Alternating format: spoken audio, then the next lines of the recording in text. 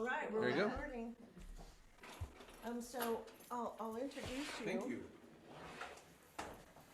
If I can remember. It's been a busy few days, everyone, Yes. and the Reverend Canon Anthony Guillen is here from, well, he lives in Ventura, Right. but he's here from the National Church as the missioner for Latino ministry, something like that. And we're all a little bit tired from our festivities. The revival was wonderful. Yep. Canon Anthony is here to talk to us about Latino ministry. So I'm so excited, and Thank you so you so much for coming. It's great to be here. So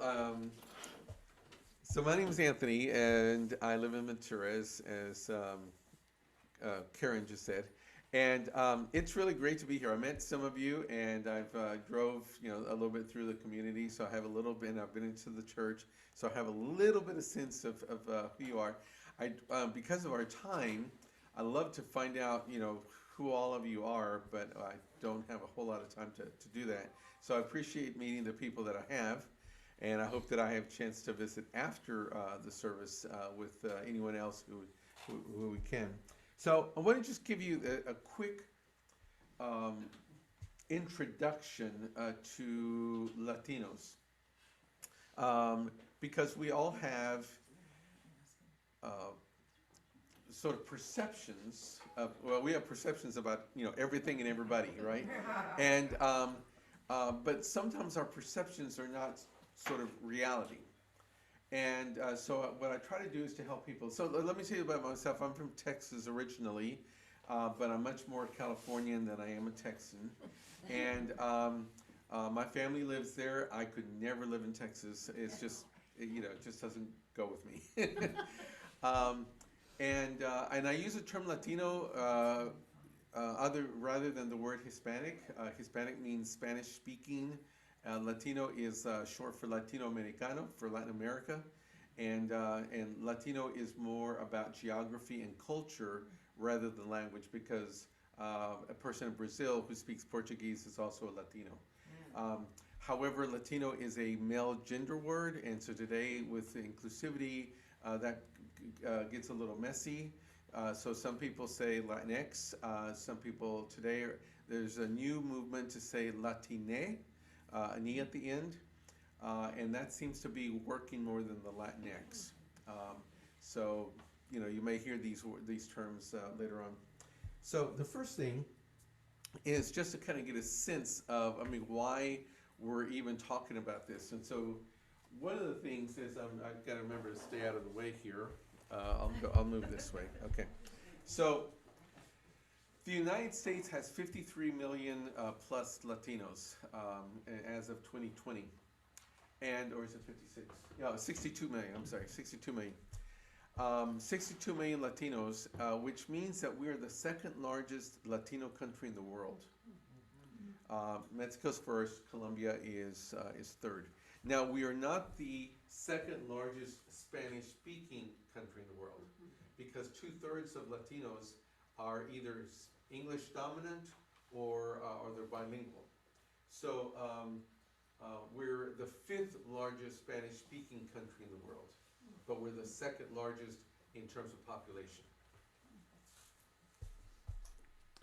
And these maps here are from the U.S. Census Bureau, and they the very dark areas are counties. These are all counties where there's more than 100,000 Latinos. This is 1980. This is kind of what a lot of people, when they think about Latinos, this is kind of where they imagine Latinos live, because we have, because this is along the border and along the eastern border, especially the New York area where the Puerto Ricans and Dominicans arrived, and Florida where the Cubans arrived. But as we see over the decades, that changed. In 1990, there's not a lot of change. But by 2000, we begin to see how there's a kind of not a westward expansion, but rather sort of a central expansion as people start moving inward. They start moving into safer communities. They move out of the large cities. Latinos, like everybody else in this country, have, this sense of the American dream. They want to live in a place where their children go to school safe, where they can buy their home, where they can be, citizens in their community. And so they move out to rural areas, Iowa, Idaho, North Carolina, and of course they also follow jobs. By 2010, you can see how the U.S. has become much darker in that magenta color, and you can see here this area here at Georgia, the Carolinas, the whole eastern board, D.C., Virginia, Pennsylvania, all the way up to Maine, but mostly this area here, the Michigan, Chicago area, massive, and of course, just about all of the West. And then this is the last, most current, 2020. Not tremendous change, but there's more intensity. These areas here are practically black because of so many Latinos. Florida, much more concentrated. California, as you can see. So tremendous amount of expansion. And here's the comparison between 1980 and 2020. That's 40 years. That's 40 years of growth. And the projection from the U.S. Census Bureau is that by 2060, which is about 36 years from now, take or leave a few years, 1/3 of the population of the U.S. will be Latino. So approximately 1 out of every 3 Americans will be a Latino by 2060. So we have an opportunity. Our church, as we know, I chose to be an Episcopalian when I was 19. I love my church, but I'm also a critic of our church because I think that we have such a jewel, and we just don't know how to share it with others. And so, the future of this country is multicultural. The other population that's growing very rapidly is the Asian population. So those are the 2 fastest growing segments of our country. And we will, I believe that it behooves us to be prepared and to think strategically about how we are going to continue to serve the communities in which we are located.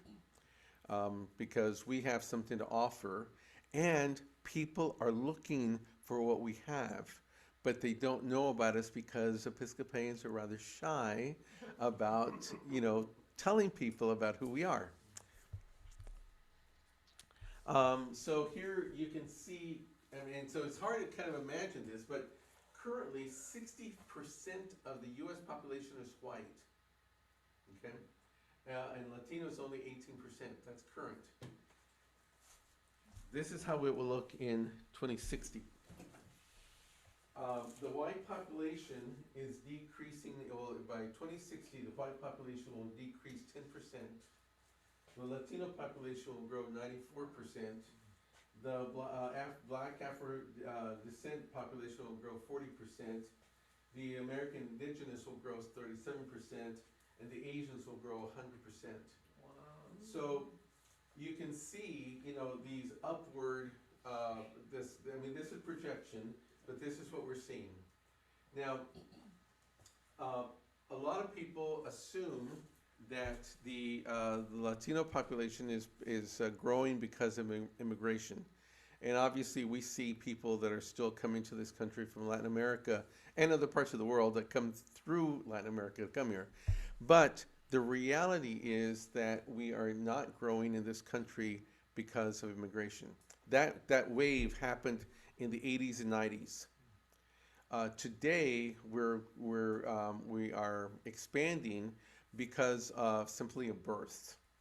The average age of the white population in this country is 46, and very few people in their 40s and up are having children. And so in Latinos, the average age is 27. So we're just a younger population, and we're having babies. And Asians are also a young population. So it's the Asians and the Latinos who are having children, and therefore populating the country. And that's, nobody's invading anybody. It's just nature, right? And so here we see that since 2000, the immigration has actually decreased in the country.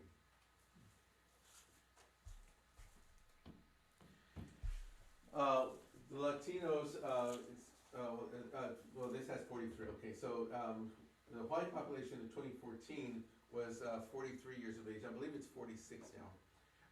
And in 2014, the Latinos was 28. That's at 27.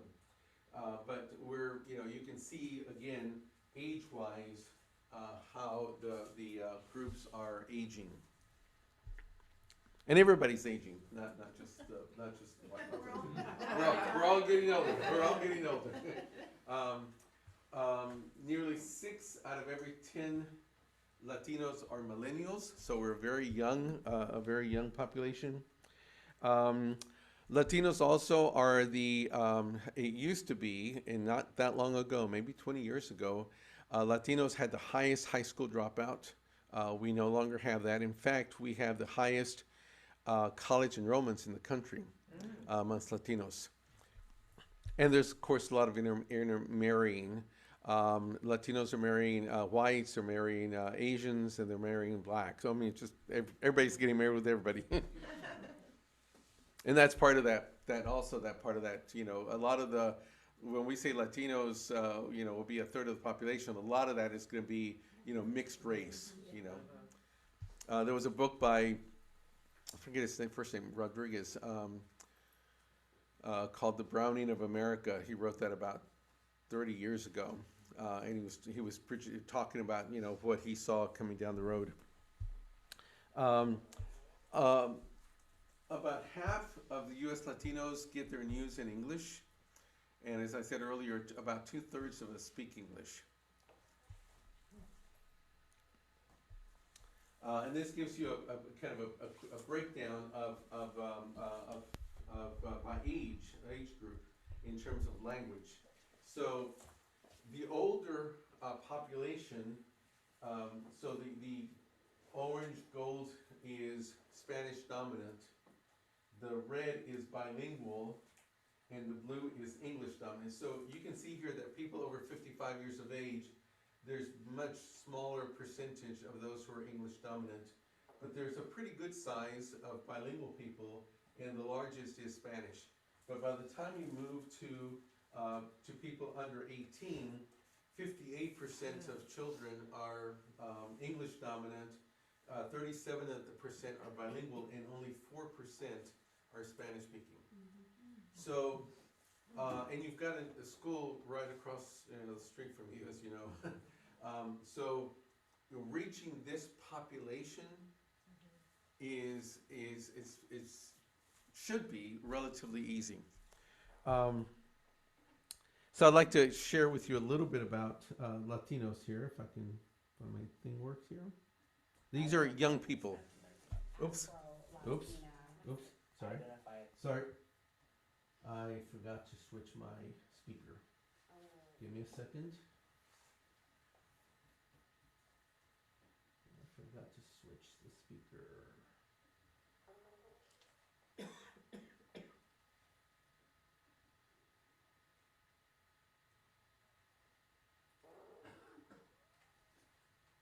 Come on. Coffee break. Yeah. Get the wheels turning. Squirrels. Come on. Is it not? Oh. Oh, did you not turn it? Oh, it went off. No. I guess it got tired of me. I turned it on so long ago. Okay, now it's connected. Okay, now we're in business. So let me go back. Sorry about that.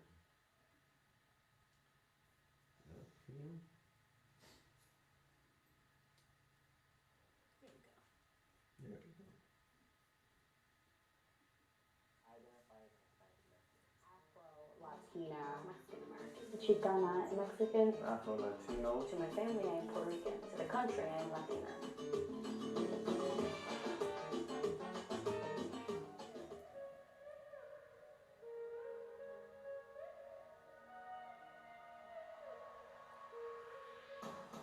Growing up, I felt as though I was too black to be Latina and too Latina to be black. Chicana, I think, identifies more of the political and social values that it holds more than just where my family's from. I don't feel pressure to be more Latino or American. I'm comfortable with who I am, like culturally. How can I be Mexican when I'm pressured to be more American? How can I be American when I'm pressured to be more Mexican? My family, growing up, wanted me to, stick with my Hispanic roots, but also did not want me to show those roots to the world. A lot of the times people didn't even know that I was Cuban because I guess I don't look like your typical Cuban. My mom is Mexican, so I've always grown up with her culture, with her language, while being American doesn't come up as easily. I've gotten people assume, even other Latinos assume that I'm white or that I'm not Latina or Chicana. It definitely hurts, but at the same time, it's not something that I can control. I think I can do my best to project that identity. It's hilarious when you walk into a room and they don't think you're Caucasian enough, you're not American enough, you're not Latino enough. Being Latino isn't as accepted as it should be. It makes me feel pressured to fit a certain mold in the United States. But now that I'm older, it's more like, it's what I make of it. That doesn't stop me from being proud of who I am and where I'm from. And then ultimately, I think what you settle on is how you view yourself.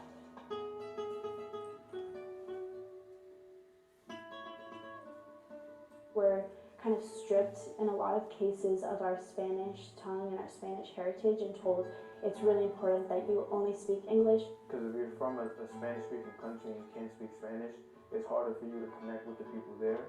And not being ashamed when you do speak Spanish, but also not being ashamed if you weren't taught it. Okay, so Spanish is not my first language because my parents were afraid of me being discriminated against because they were discriminated against. And now they're hurting me because I'm not Latino enough because Spanish is not my first language. But they don't know that I couldn't speak Spanish because my parents were afraid of me getting hurt.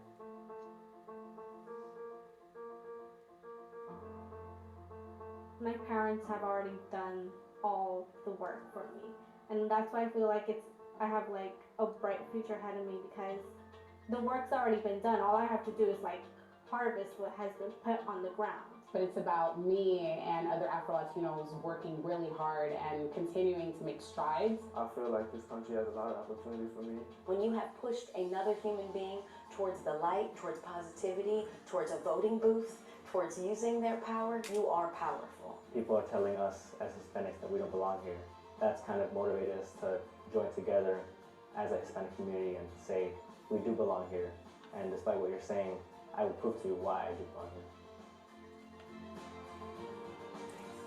So is there anything that, as you just watched it visually, anything that sort of jumped out at you? Thanks for checking out our YouTube channel. Subscribe by clicking on that button. Sorry. Yes. This is an easy question. Yes. Maybe it's helpful for all. Okay. Latina specifies their first name, a middle name, and a last name. Could you explain that? Sure. In most of Latin America, and in other parts of the world, most folks, a tradition is that we use our father's last name and our mother's last name. So what often is seen as a middle name here is actually the father's. When you see two names that look like last names, Gonzalez, Rodriguez, Rodriguez is the mother's last name, Gonzalez is the father. Okay, so they actually don't go by the Rodriguez. They may write it, but it's that what looks like the middle name is actually their last name, their father's last name. Today, because our systems don't, our computers will always select the last name as the alphabet, the name. In order to use the first real name, last name, they will hyphenate the name so that it'll take the first one. It'll take it as one name. Okay.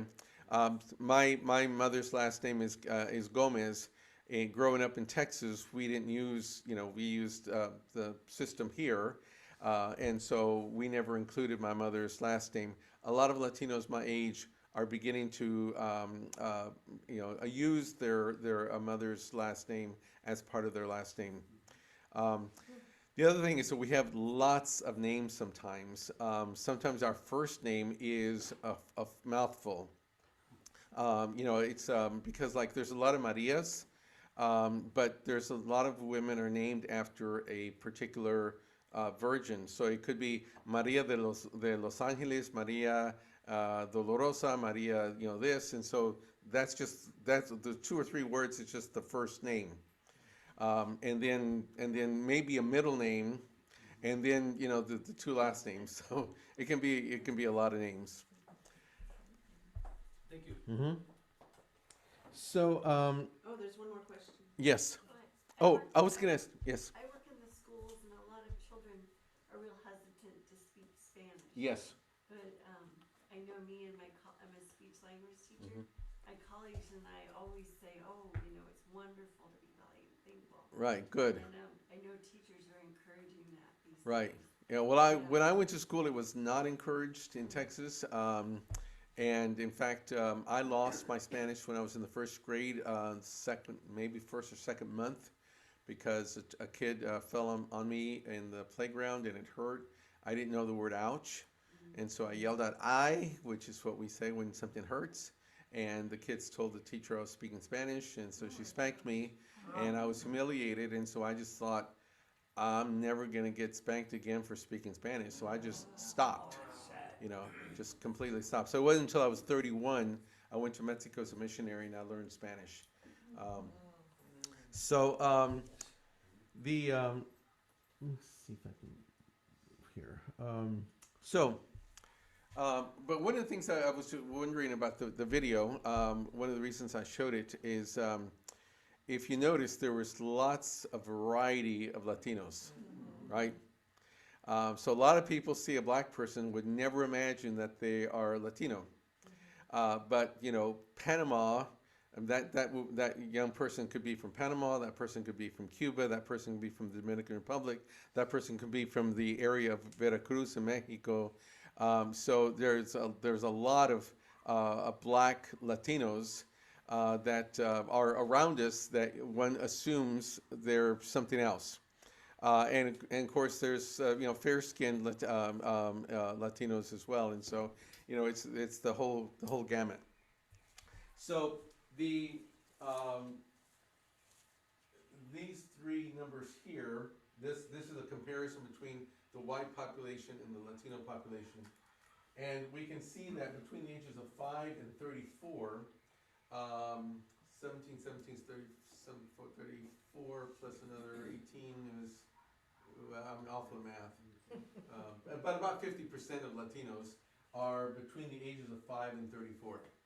Okay, so you see, quite a strong, youthful, population that is. The Episcopal Church looks like this. From about 55, sort of in this age group. If you go to most of our Episcopal churches, that's the age group that we are. So. I see my job as to help the church see that this is a market, this is a group of people who are looking for community. They come from a Catholic background, Catholic tradition, many of them, not all, and they're looking for they're looking to strengthen their relationship with God. They're looking to hand down traditions to their children, and they're looking for a community of faith. And so they're relatively receptive to being invited. Also, the Latino population, the Asian population in the U.S. is as one would say, off the charts. It's really high. The white population The Latino population has been increasing over the years gradually, but it's again, you can see the rise. So everybody's earning more, but Latinos are earning, are beginning to earn more than they did back in the 80s. Here's another video. From artists to construction magnates, dancers to entrepreneurs, this is the new Latino America. More than ever, the Latino voice is really stronger. And it's growing. The American dream for many, for millions, is still alive. Is it especially alive in Houston? Absolutely alive. And in this city, you have countless numbers of people who have made it, are giving back. Houston, Texas, what U.S. Census data shows is the most diverse city in the U.S., now home to the most successful and vibrant Latino population in the country. This is my childhood neighborhood. Laura Murillo, the president of the Houston Hispanic Chamber of Commerce, grew up on the avenues of the barrio and worked in her parents' restaurant. She's now a best-selling author and credits her success partly to her education, the first of her family to go to college. You know, you can come from an avenue and still succeed. And the latest census data shows just how much more successful Latinos have become. Over the past 10 years, they've grown wealthier and more educated.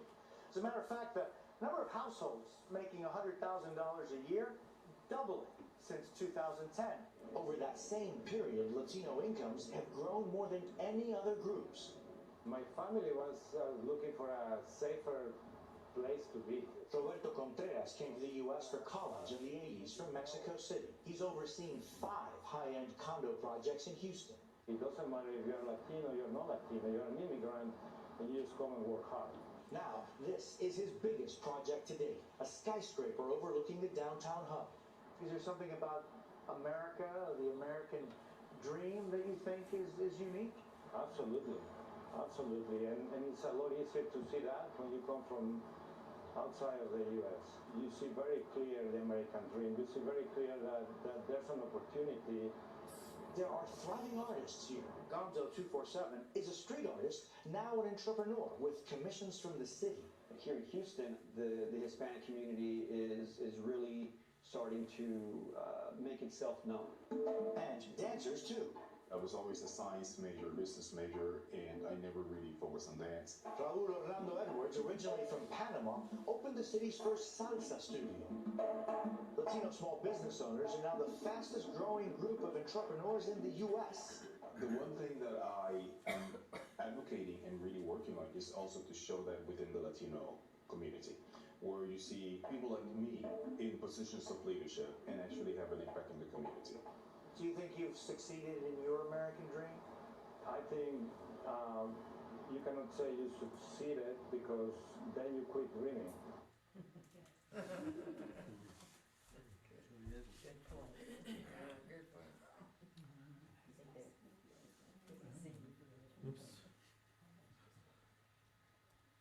Hispanics make up the...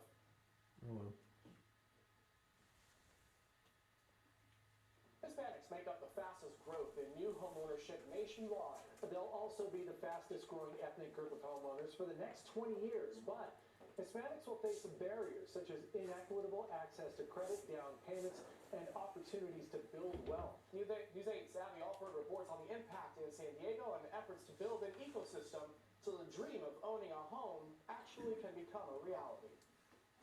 There's no doubt that the housing market is crazy right now, but where we're seeing this fastest growth is among Hispanic buyers, and it's not slowing down anytime soon, but there are barriers to achieve the American dream. The dream of owning a home. An amazing feeling. It changes the future of our society. Kathy De La Cruz and Victor Urbina are first-time Hispanic homeowners in Chula Vista. Both have different paths of owning a home, but they are part of the fastest-growing ethnic group of new homeowners nationwide and here in San Diego. It takes a lot of self-motivation and support. A recent study by the Urban Institute projects in 20 years, 70% of new homeowners will be Hispanic, but they face substantial barriers. We've been blessed with putting our stake in the ground, but we have to work to help others get there as well. That work comes from the community and organizations like the National Association of Hispanic Real Estate Professionals, or NAREP, who advocate for equitable housing. Let's create housing, and how we create housing is by policy. NAREP data shows that San Diego and Los Angeles are the most unaffordable cities for Latinos to live in the nation, yet they are driving homeownership growth in San Diego by 56%. Wow. In order for the population of color to be able to afford a home in San Diego, their income has to rise at least 38% just to get in an entry-level home. Kathy Martinez with NAREP met De La Cruz while the mother was renting in National City. She helped put her and other residents on the path of home ownership, guiding them to local government financial homeowner assistance programs.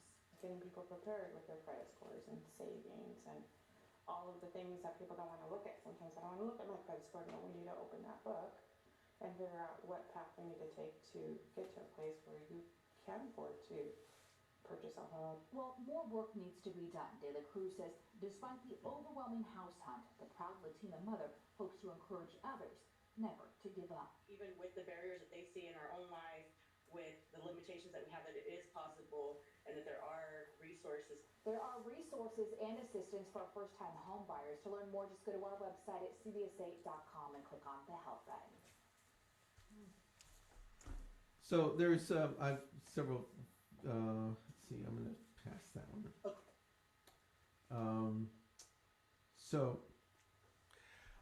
Dan Rodriguez. I'm aware of. Religion Hispanic Sorry. Studies at Pepperdine University in Malibu, California, and I'm one of the spiritual leaders of the hall. Okay. So I'm aware of the time, so I want to be careful about that. So I've got a couple more little videos that I'll show, but just wanted to open this up for questions, and then I'll just end with a couple of little videos of some Latinos some young Latinas, who have found the Episcopal Church. So any just general questions, anything? Yes. I didn't realize so many Latinos were bilingual and or mainly English speaking, yeah. Because we've not successfully at all yet, but been really working to learn Spanish. Well, pick it up again from high school type thing. And so I just am curious about your views on the wisdom, I guess, of working hard to learn Spanish. To learn Spanish. I think that when you learn another language, you're not only learning words, you're also learning other components. Because you learn about culture, you learn about, there's always stories that come with things. I studied Hebrew some years ago with a retired rabbi, and we had a 2-hour class, and I probably spent about 20 or 30 minutes learning Hebrew, and the rest of the time he was sharing stories because every word had a story. And so I learned a lot about the Jewish faith by learning a few words, and most of those words are gone, but the stories remain with me. So, when we learn, it opens our minds to other things. And so, even though you may not need the Spanish to communicate with somebody, understanding where that comes from is helpful in relationship and in conversation. So I would encourage you to learn Spanish to the degree that you can. Plus the fact that it's always, I won't say maybe always, but most of the time, it warms a person's soul when they hear someone, attempting to speak. Even if after a few minutes they'll say, "You can just talk to me in English," But the fact that you made the effort is a good sign. I mean, the ugly American is the one who goes, overseas everywhere and expects everybody to speak English, and makes no attempt at all to understand their culture or try to say a few words, right? So I would encourage you to do that, and it's never too late. And there's lots of help. There's a lot of apps that can help you do that. And of course, doing it with other people so that you can practice the listening and the speaking. Thanks for that's a good question.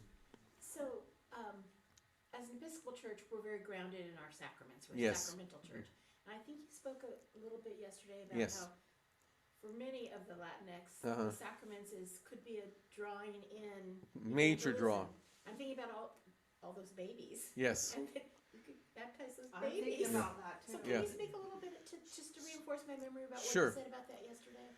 Well, again, a lot of people assume that all Latinos are Roman Catholic, and many were at least baptized, in the Roman Church, no matter what Latin American country they're from. But in many Latin American countries, actually, there are more Latinos active in evangelical churches and Pentecostal churches than they are in the Roman Catholic Church. The Roman Catholic Church around the world, especially Latin America and the U.S., it has decreased tremendously. Back in the 80s, the Roman Catholic Church was losing 1 million Latinos a year in the U.S. And that number is higher now, but back in the 80s, it was about 1 million that would leave the church every year.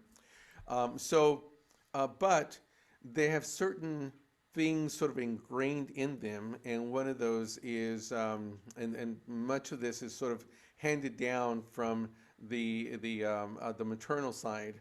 The abuela, the grandparents, the grandmother, and the tias, the aunts, will make sure that the young mother understands her responsibilities. And one of those is, as a mother, you've got to make sure your children get baptized and make their first communion. Otherwise you're going to go to hell. I mean, kind of thing, And so they know, every mother knows that they have that obligation. Even if they don't do even if their kids don't really ever go to church, but they know they've got to get those two things done. And so they go out to secure that. However, because they didn't go to church, because they haven't been going to church as a family, and they're not registered in a parish, a lot of Roman Catholic churches say, sorry, you're not registered, go try somewhere else. Or they have very stringent rules about who can be baptized and receive the sacraments. In order to receive sacraments in the Roman Church, and my dad was a Roman Catholic, and when he died, I told the priest that I was an Episcopal priest, and he reminded me that I would not be allowed to receive communion. And at the funeral, he made a very clear announcement after the breaking of the bread, and said, only Catholics in good standing are allowed to come and receive communion. And so he really, marked that. And so, baptism, and in order to be a godparent, and this is what's so important in terms of Latinos, the baptism isn't just about the sacramental part. There is a cultural component that is really strong, and that's what they call in Spanish is called el padrinazgo, the godparenting. Families will wait decades to baptize, not maybe decades, but years and years to baptize a child until the padrinos that they've chosen, which often have strong ties, either a distant relative or just a great family friend or something.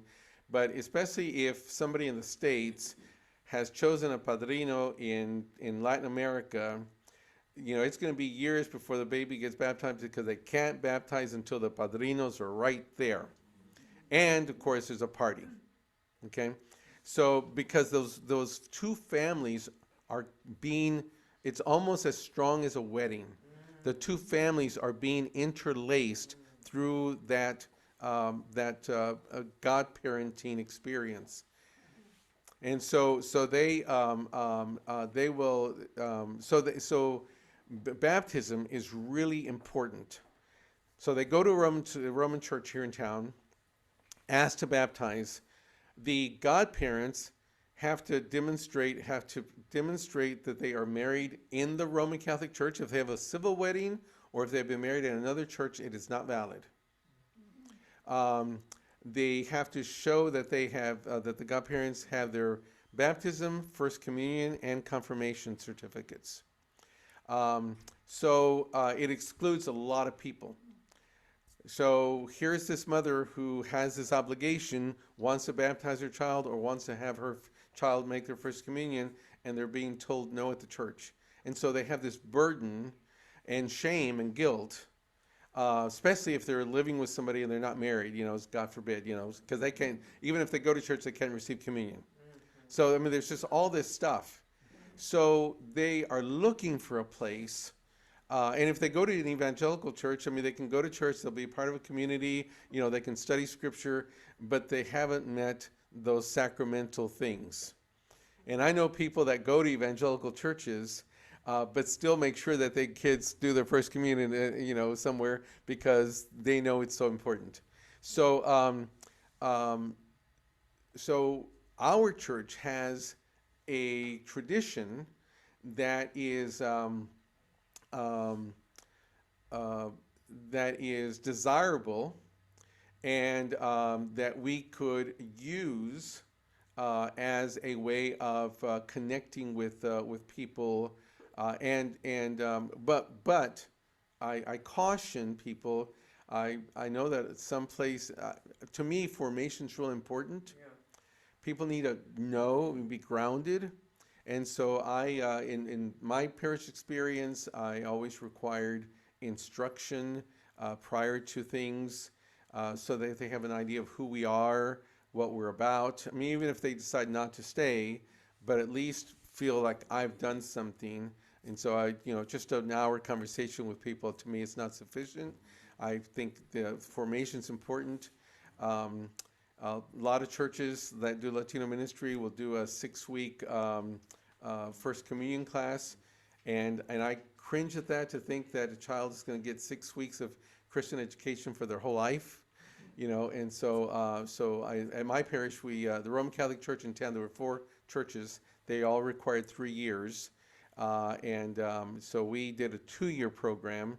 And what we found was, by doing a 2-year program, about 70% of the families that would come stayed at the church. And a number of those couples would tell me, we came here because, we needed to do the first communion.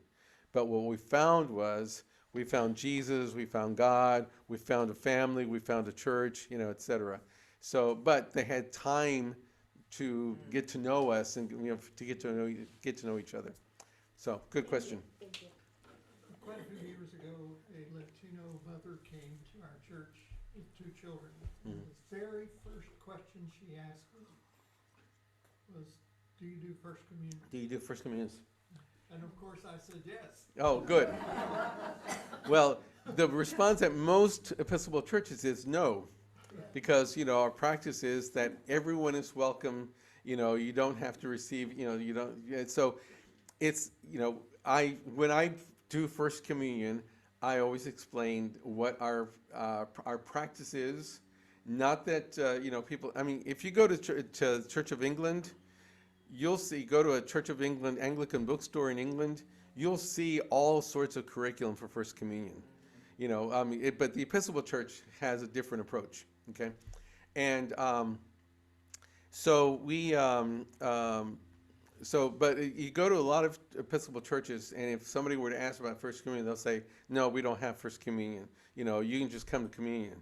And it's like, no, that doesn't make sense, right? So I would announce that we had First Communion, but then when people came in, I would help them understand what it was, and I would always encourage the families, especially the parents who had not received communion in forever because they weren't married, or they were divorced, or they hadn't gone to confession in X number of years, and would say, next Sunday when you come to church, I'd like to invite the whole family to receive communion.